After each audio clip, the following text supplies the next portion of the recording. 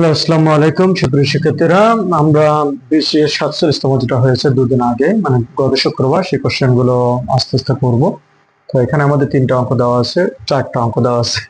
হ্যাঁ, তো প্রথম অঙ্কটা দেওয়া আছে সেট সেট ফাংশনের যে অংশ, সেই অঙ্ক থেকে বলা হয়েছে এর মান কি বলছে যে এক্স এলিমেন্টস অফ আইএন মানে হলো এটা ন্যাচারাল নাম্বার। হ্যাঁ, ন্যাচারাল নাম্বার কোনগুলো? ন্যাচারাল নাম্বার আমরা জানি যে এন ইকুয়াল, ন্যাচারাল নাম্বার আমরা লিখতে পারি 1 2 3 4 5, মানে 0 থেকে যে বড় সংখ্যাগুলো থাকবে সেগুলো হলো ন্যাচারাল নাম্বার। ঠিক আছে, তো এইগুলো যদি হয় তাহলে এর মান আমরা কি লিখতে পারি? এ ইকুয়াল বলছে দেখো, বলছে 2 এর থেকে বড়। তাহলে 2 এর থেকে বড় কোনগুলো? যেমন 3 4 5 6। এখন বলছে 6 এর থেকে ছোট বা 6 এর সমান, তাহলে আমরা লিখতে পারি কি 2 3 4 5 6, তাই তো? এটা লিখতে পারবো। 2 এর থেকে বড় তার মানে কি 2 হবে না, 3 4 5 6। হ্যাঁ, এটা একটু মনে রাখবা। এখন বি এর মান কি বলছে? বলছে এক্স এলিমেন্টস অফ আইএন, মানে জোড় সংখ্যা বলছে কোনগুলো? জোড় মানে কি 2 4 6 8 এগুলো। তো এটা কত দূর পর্যন্ত? যে 8 পর্যন্ত, এটা ছোট বা 8 পর্যন্ত। তাহলে আমরা কি লিখতে পারি? 2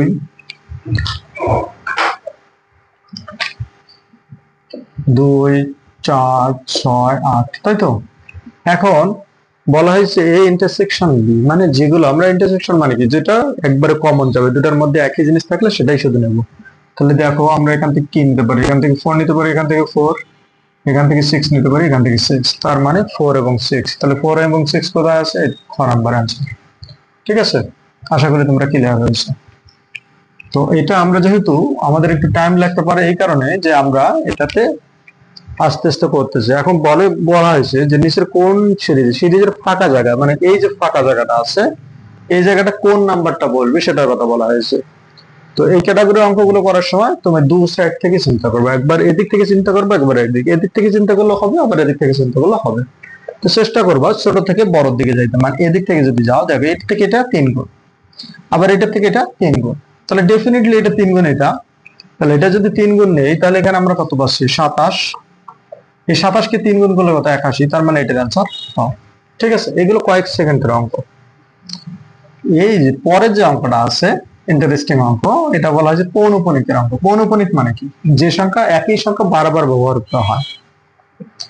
বলা হয়েছে 0.6 পৌনঃপুনিক ভাগ 0.9।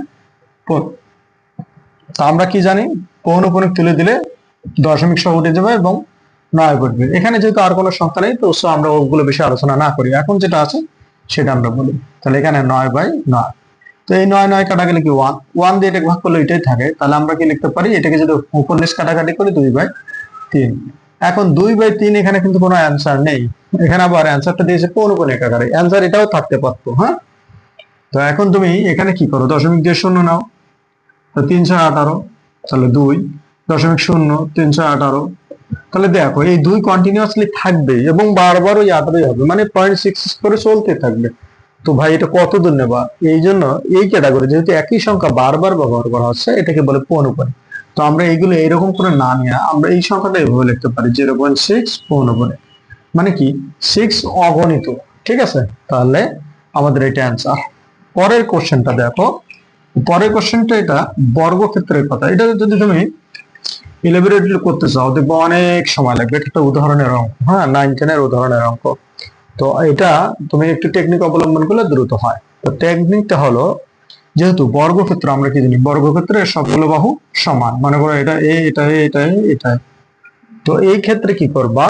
একটা টেকনিক, a+a+a * a/100। এটা তোমার আয়তক্ষেত্র হোক, বর্গক্ষেত্র হোক, যে ক্যাটাগরির অঙ্কে হোক, মানে যদি জ্যামিতির বলা হয় বৃদ্ধি পেয়েছে বা হ্রাস পেয়েছে, প্লাস হলে মানে বৃদ্ধি পেলে প্লাস দেবা, হ্রাস হলে মাইনাস দেবা। ওকে, তো আমরা হ্রাসের অঙ্ক পরে করবো। এখন দেখো এখানে কত বলছে? 10%। তাহলে লেখো, এইটাকে হোল করে 10% করে দাও, তাহলে তোমার পার্সেন্ট নিয়ে চিন্তা করতে হবে না। তাহলে 10 + 10, তাহলে 10 × 10/100। তাহলে এই 100 দিয়ে এই 100 কাটা গেল, এখানে পার্সেন্ট। তাহলে তুমি এখন দেখো, এখানে 10 10 20 আর 1 21। তাহলে 21 অ্যান্সার। ক্লিয়ার? আশা করি তোমরা ক্লিয়ার হয়েছে। ধন্যবাদ।